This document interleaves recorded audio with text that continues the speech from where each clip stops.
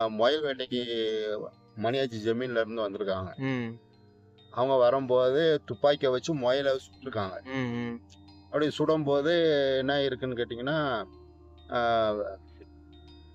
துப்பாக்கியிலேருந்து தோட்டா வெளிய வரல. ம். அது தனியா தனியா வேற இடத்த பார்த்து சுட்டா துப்பாக்கி வெடிக்குது. ம். கரெக்ட்டா குறி வச்சு சுட்டா சுட முடியல. ஓ!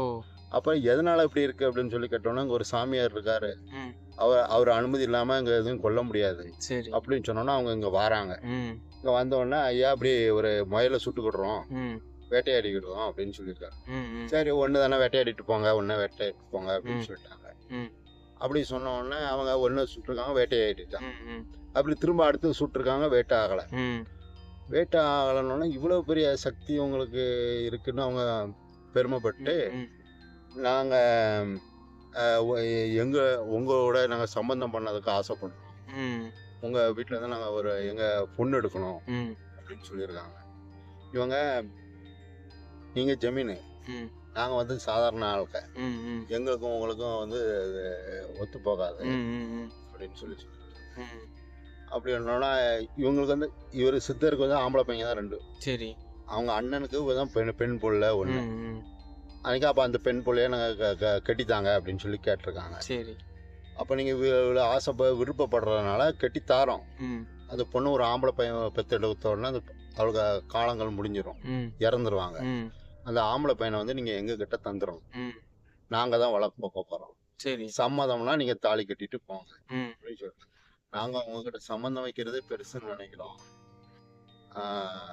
அதனால நாங்க அதை நீங்க சொன்ன மாதிரியே செஞ்சிடறோம் அப்படின்னு சொல்லி செஞ்சுட்டாங்க.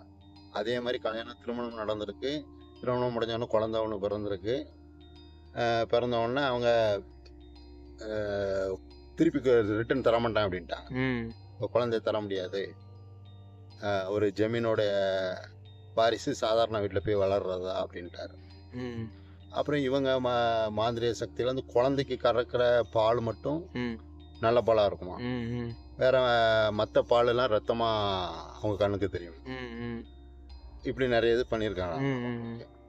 பண்ண உடனே அவங்க குழந்தைய கொண்டு, நாங்கள் பண்ண தப்பு தான், நீங்கள் சொன்ன மாதிரி நாங்கள் நடந்துக்கல, அதனால் அந்த குழந்தைய நீங்களே வச்சு வளர்த்துக்கோங்க அப்படின்னு சொல்லிட்டு அந்த குழந்தைங்க ஒப்படைச்சிட்டு அந்த ஒப்படைச்சிட்டு போன உடனே இங்கே பக்கத்தில் ஒரு நல்லமலைன்னு ஒரு கிராமம் இருக்குது. அந்த கிராமத்தில் தான் அவங்க அண்ணன் இருந்துருக்குறாங்க. அந்த அந்த அந்த ஜமீனுடைய வாரிசு தான் நல்லமலையில் கிராமத்தில் இருக்கிறவங்க. அவ்வளோ எதனால அந்த நல்லமலை கிராமத்தில் இவங்களுடைய அண்ணன் அவங்க. சரி. இவங்க நடுவில் உள்ளவங்க. இவங்க என்ன பண்ணியிருக்கிறாங்க, அண்ணன் என்ன பண்ணியிருக்கிறாங்கன்னா தவம் நிறைய பண்ணுவாங்க. சரி. பண்ணோன்னே சூரிய பகவானை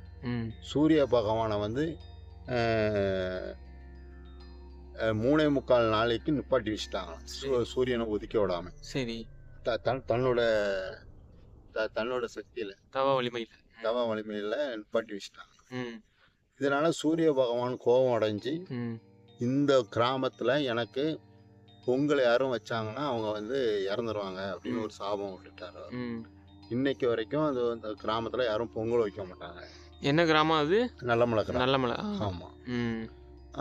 ஊடையில கூட சொல்லுவாங்க, ஒருத்தங்க அப்படி சரி இத்தனை வருஷமா அந்த சாபம் இருக்க போகுது அப்படின்னு சொல்லிட்டு அவங்க பொங்கல் வச்சிருக்கிறாங்க. அன்னைக்கு அவங்க வீட்டில் ஒருத்தவங்க இறந்துட்டாங்க. அப்புறம் அதுல இருந்து யாருமே பொங்கல் எதுவுமே வைக்கிறது. அது இங்க இருந்து எவ்வளவு தூரத்துல இருக்கு? அது இங்க இருந்து ஒரு 1.5 கிலோமீட்டர் இருக்கும். 1.5 கிலோமீட்டர். 1.5 கிலோமீட்டர் 1 கிலோமீட்டர் 1.5 கிலோமீட்டர் தான் இருக்கும் அந்த கிராமம். ஓ சரி. இப்போ இவங்க வாரிசுகள்ல உள்ளவங்க அவங்களுடைய சொல்லுங்க. அவங்களுடைய தம்பி ஒருத்தர் இருக்காங்க. அவங்க அரியத்தேவர்னு சொல்லி. சரி. அவரும் ஒரு சித்தர். அவர் ஒரு 42 வயசுல ஜீவசமாதி அடைஞ்சிட்டாங்க. சரி. அவங்களுக்கு திருமணம் எதுவும் ஆகல. அவங்களுக்கு இந்த சித்தருக்கு அப்புறம் அவங்க வாரிசுகள்லாம் என்னாச்சு? அதுக்கப்புறம் அவங்க தலைமுறையாக அதை ஃபாலோ பண்ணிக்கிட்டே தான் வந்திருக்காங்க. சரி. ஒரு 2, 3, 4 தலைமுறைகள் கரெக்டாக ஃபாலோ பண்ணிட்டு கோயிலில் பூஜை அவங்களுக்கு தொழில் என்னன்னா பூஜை பண்ணுறதான் தொழில்.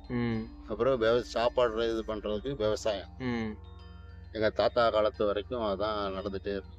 சரி வேற மற்ற வேலைகள்லாம் கிடையாது. சரி அப்போ அவங்க வந்து என்ன பண்ணுவாங்கன்னா அமாவாசை பௌர்ணமிக்கு பூஜை கன்ஃபார்மாக பண்ணிடுவாங்க. டெய்லி பூஜையும் பண்ணுவாங்க.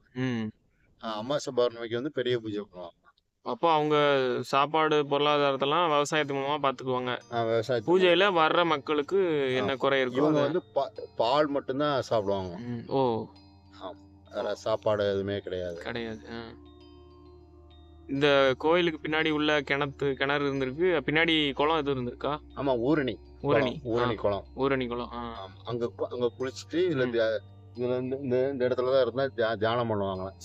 சிவனை நோக்கி சிவபெருமான் காட்சி கொடுத்தாங்க. சரி, இப்போ இந்த கோயில் வந்து நம்ம தூத்துக்குடியில எந்த இடத்துல இருக்குது?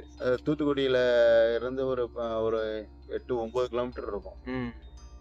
அதுல இருந்து மரம் ஏர்போர்ட்ல இருந்து கரெக்டா அதுல இருந்து ஒரு 1.5 கிலோமீட்டர் 2 கிலோமீட்டர். என்ன கோயில் கேட்டா தெரியும். சித்தர் கோயில் சொன்னாலே போத்தி கோயில் சொன்னாலே தெரியும். பக்கத்துல ஊரணி இருக்கணும்னா அந்த காலத்துல பெரிய ஆளுக்களை வந்து போத்தி அப்படின்னு சொல்லி கூடுவாங்க. அதனால ஊரணி போத்தி அப்படின்னு சொன்னோன்னே எல்லாத்துக்கும் தெரியும். ஆனா அவர் பேர் வந்து அவங்க பேர் வந்து புளியப்பத்தேவர். இவங்க கிட்ட இப்போ வந்து வணங்கினா இப்போ அவங்களுக்கு என்ன பிரச்சனையா இருந்தாலும் குணமாகுமா?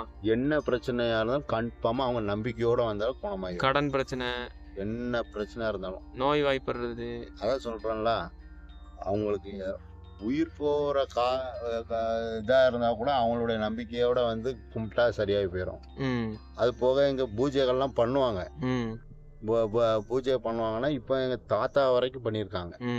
அப்பா வந்து அந்த ஆர்பார்ல அவங்க எல்லாம் வேலை பார்த்ததுனால அது அப்படியே அவங்க லைஃப் டைம் அப்படியே போயிடுச்சு. இடத்துல யாராச்சும் வருவாங்க, இந்த பூச்சிக்கடி, பேய் கோளாறு எல்லாமே எல்லாம் சரி பண்ணிடுவாங்க. அதான் சொல்றாங்க, அங்க வந்துட்டு போனாலே சரியாயிரும். சரி. சரிண்ணா, இவங்களை இந்த கோயில் இப்போதைக்கு பூஜை என்னைக்கு நடைபெறும்? வருஷத்துக்கு ஒரு தடவை நடைபெறுமா? இல்லை, வருஷத்துக்கு ஒரு நடக்கும். எந்த மாசம் எப்ப நடக்கும் அது? அது ஆவணி மாசம். ஆவணி மாசம் பௌர்ணமிக்கு அடுத்த நாள் நடக்கும். அங்க அம்மன் கோயில்ல பௌர்ணமி அன்னைக்கு, ஆவணி மாசம் பௌர்ணமி, ஆவணி பௌர்ணமி தமிழுக்கு. இங்கிலீஷ்க்கு வந்து என்னன்னா இங்கிலீஷ்க்கு பார்க்க மாட்டாங்க. ஜூலை, செப்டம்பர் அந்த மாதிரி. பௌர்ணமி தான் கணக்கு. சரி. ஆவணி அன்னைக்கு பூஜை பண்ணி அன்னதானம் போடுவாங்களா? அன்னதானம் போடுவோம். வருஷத்துல ஒரு நாள் மட்டும். சரிண்ணா, அந்த சிவலிங்கம் பத்தி ஒரு சிவலிங்கம் கண்டெடுத்தாங்கன்னு சொன்னீங்க. ஆமா, அது எங்க தாத்தாமார்கள தான் வழிபட்டுக்கிட்டே இருந்திருக்காங்க. சரி, வழிபட்டுக்கிட்டே இருந்தோடனே அதுக்கப்புறம் அடுத்தல அவங்களுக்கு என்ன தோணுச்சு தெரியல, ஒரு 5 இடத்துல 5 பொருளை புதைச்சி வச்சிருந்துருக்காங்க. சரி, அவங்க ஏட்டில் வந்து எழுதியும் வச்சிருக்கிறாங்க. இதை வந்து ஒரு 3 பேர் சேர்ந்து எடுப்பாங்க அப்படின்னு சொல்லி எழுதி வச்சிருக்கிறாங்க. சரி, அது வந்து இப்போ ஒரு 2 வருஷம் 3 வருஷம் இருக்கும். 3 வருஷத்துக்கு முன்னாடி பைப் லைன் தோண்டும் போது 3 பேர் சேர்ந்து தான் கரெக்டாக எடுத்துருக்குறாங்க. அதே மாதிரி. சரி. அப்புறம் கமண்டலம் ஒன்று இருக்கு. அப்புறம் நந்தி ஒன்று இருக்கு. அதுக்கப்புறம் இன்னொன்று ஏதோ ஒன்று சொல்லுவாங்க, அந்த இந்த கெண்டி, அந்த மரக்கட்டையில இல்ல கெண்டி, அது கமண்டலம் கையில வச்சுப்பாங்க. அது அந்த சிவ பூஜை பண்றது வந்து ஒரு 5 பொருள் வந்து பூமியில இருக்கு. சரி, அதை நீங்க எடுப்பாங்க அப்படின்னு சொல்லி அவங்க வச்சு இப்போதைக்கு சிவலிங்கம் மட்டும் எடுத்திருக்காங்க. சிவலிங்கம் மட்டும் எடுத்திருக்காங்க. ஓ, இது வந்து அம்மன் கோயில் கிட்ட. ஆமா, அம்மன் கோயில் பக்கத்துல. அவங்க அங்கதான் வசிச்சுக்கிட்டு இருந்திருக்காங்க. ஓ, சரி. இது வந்து பூஜை பண்ற இடம்.